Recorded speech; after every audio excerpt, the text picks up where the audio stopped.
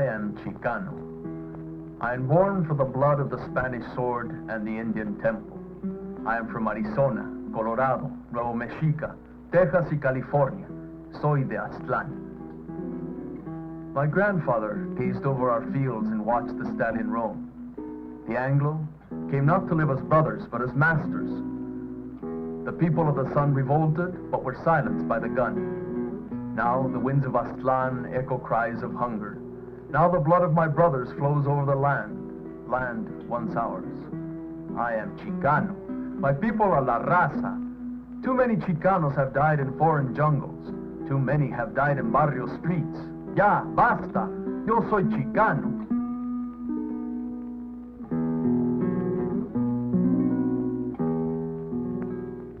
This is a moratorium. This is for La Raza.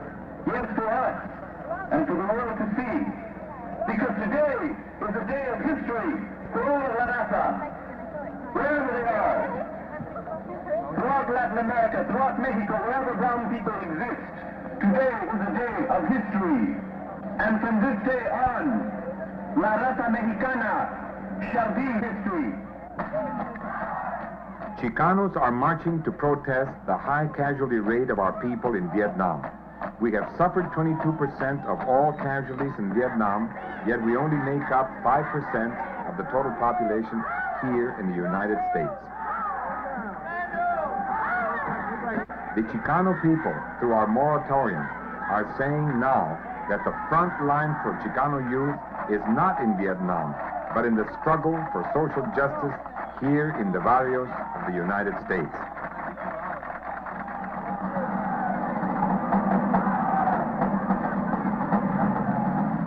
Before, the people were divided very much, especially during the Pachuco days. Chicano would be fighting Chicano. Now I see unity. Like now you can go from one barrio to another and you're brothers. And this is really beautiful to see people united and fighting for the same cause. The Brown Berets evolved out of the movement in the Chicano community for social justice. The Brown Berets are a community organization that give new pride to Chicano youth and that educate all the people in the barrios on their social and political rights.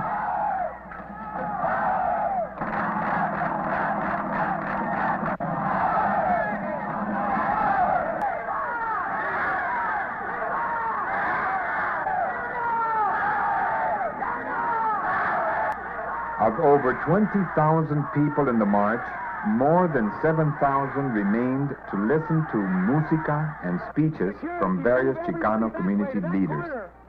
We are a bronze people with a bronze culture.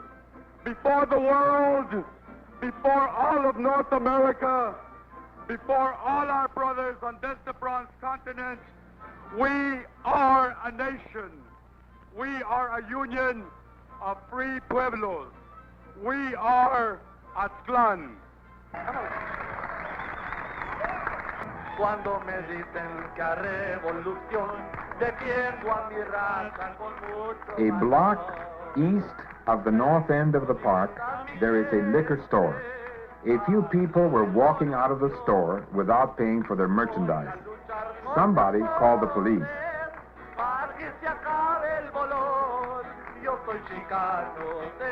The younger kid came back with the police, 2 more squad cars. They pulled up right together, and they were the ones that they had their sirens and the lights. Another car pulled up, and all the police that were across the street had shotguns. And right then and there, I saw bottles.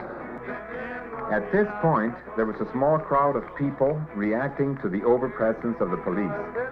The police had a choice of coming to the platform, using our mic, and asking our Chicano leaders to calm the situation, or to bring in reinforcements and to clear the whole park. Their answer was quick and without hesitation. Soy diferente, soy color café.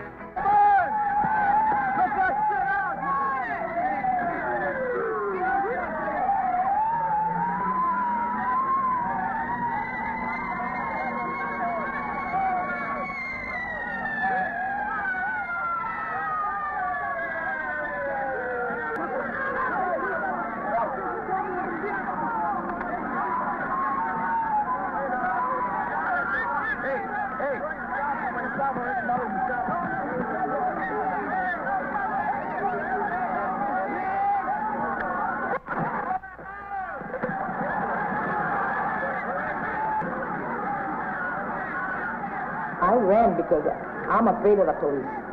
I met a lady about 63 years old, and I told her, I said, move because the police are coming. The lady wanted to see.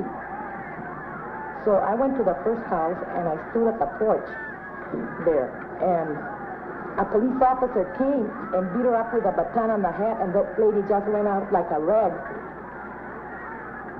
So then I started yelling, so they wouldn't beat no more, because 2 or 3 officers, and sometimes 6 would get a boy, and they were beating him up.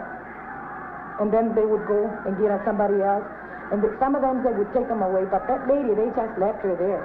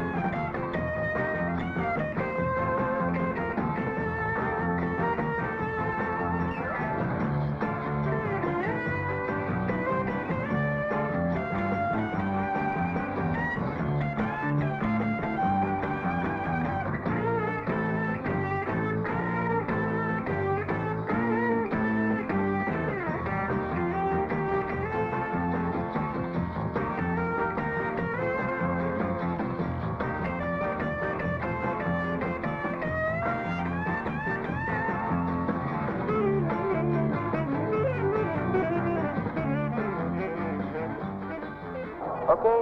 We're not against anyone, against the black people or the white people. We're against the pigs. We're against oppression.